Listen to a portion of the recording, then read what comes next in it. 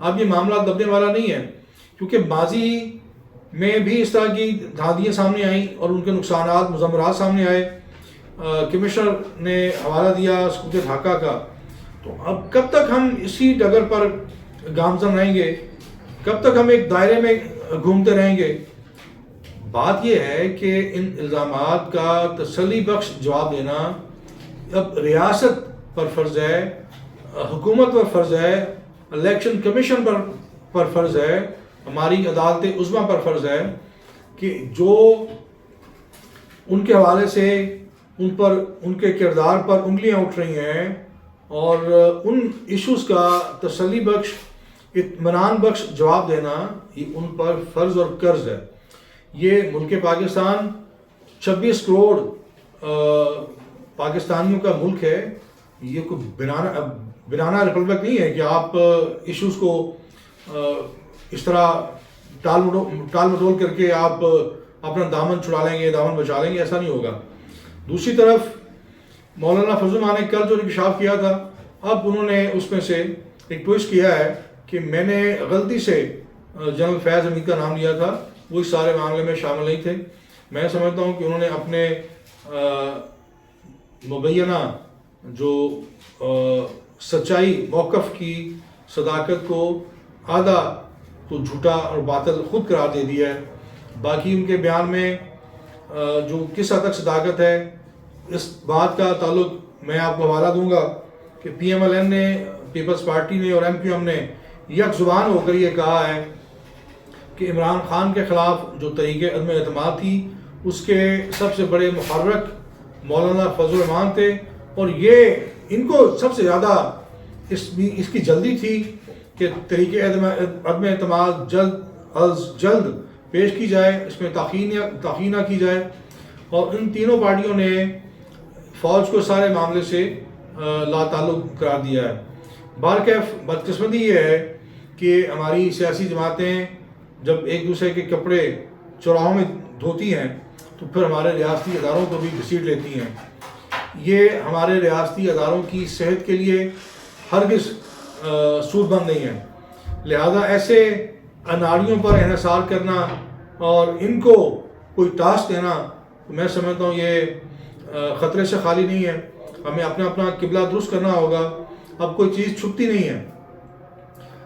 جلد یا بدیر ہر چیز سچائی اور حقائق منظر عام پر آ جاتے ہیں. تو ہمیں اس قسم کی جو مہم جوئی ماضی میں ہوتی رہی انتخابی سیاست کے ساتھ، عوامی مینڈیٹ کے ساتھ، ایسے ایڈونچر مزید ہم اس کے مکمل نہیں ہو سکتے.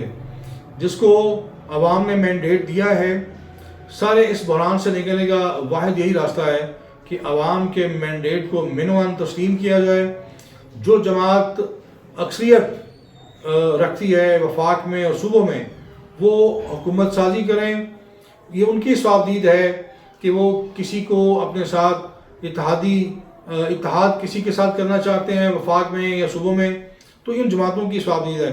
جب ہم انجینئرنگ کرتے ہیں باہر بیٹھ کر، جوڑ توڑ کرتے ہیں، تو پھر وہاں سے مسائل پیدا ہوتے ہیں. غیر فطری جب اتحاد اب بنائے جاتے ہیں مداخلت سے، سیاسی انجینئرنگ سے جب غیر فطری اتحاد ہوتے ہیں تو اس کے پھر نتائج بھی غیر فطری ہوتے ہیں. لہذا اس ملک اور قوم کا روشن مستقبل اس راز میں پنہا ہے کہ عوامی مینڈیٹ، قوم کے اجتماعی فیصلے کو تسلیم کیا جائے. اسی میں خیر ہے، اسی میں بھلائی ہے. یہ اس قسم کے جو ہمارے سیاستدان ہیں جو اپنی قیمت بڑھانے کے لیے بارگیننگ اور بلیک میلنگ کرتے ہیں، وہ ان کی اپنی جو ساکھ ہے وہ ایک سوالیہ نشان ہے. ایسے لوگ قابل اعتماد نہیں ہیں. مولانا فضل الرحمان نے ہمیشہ بلیک میلنگ کی اور بارگیننگ کی سیاست کی ہے. وہ اپنے سیاسی ٹرک سے، اپنے سیاسی سٹنٹ سے اقتدار میں ہمیشہ حصہ دار رہے ہیں اور اپنے سیاسی حجم سے کہیں زیادہ حصہ وصول کرتے رہے ہیں، اور اب بھی وہ اسی طاق میں ہیں. اب دیکھنا ہے کہ ہمارے جو مقتدر حلقے ہیں ان سیاستدانوں کی چال بازیوں کو کس طرح سمجھتے ہیں اور کس طرح ہینڈل کرتے ہیں. میں سمجھتا ہوں اپنی انا کو قربان کرنا ہوگا. ملک اور قوم کے مفاد میں فیصلے کرنے ہوں گے، ورنہ ہماری چھوٹی چھوٹی انا ہمارے ملک کو، ہماری وحدت کو، ہماری قومیت کو نقصان ہو جا سکتی ہے۔ تو آپ سے استدعا ہے کہ اپنی اناؤں کو قربان کریں، اور ملک پاکستان جو بڑی قربانیوں کے بعد بنا ہے، ان ہمارے جو ہمارے باپ دادا کی قربانیاں ہیں ان پر پانی مت پھیریں۔ اس ملک کے ساتھ جو وفا کرے گا، میرا ایمان ہے کہ قدرت بھی اور تاریخ بھی اور یہ قوم بھی اس کے ساتھ وفا کرے گی۔ جو ماضی میں عبرت کا نشان بنے وہ کردار تھے جنہوں نے اس ملک کو اس کا بٹوارا کرنے میں، اس کو نوچنے میں اپنا منفی کردار ادا کیا۔ تو آپ اپنا اپنا مستقبل کا انتخاب کریں، درست راستہ چنیں اور دوسروں کو راستہ دیں، اس سے پہلے کہ سارے راستے بند ہو جائیں۔ بہت شکریہ۔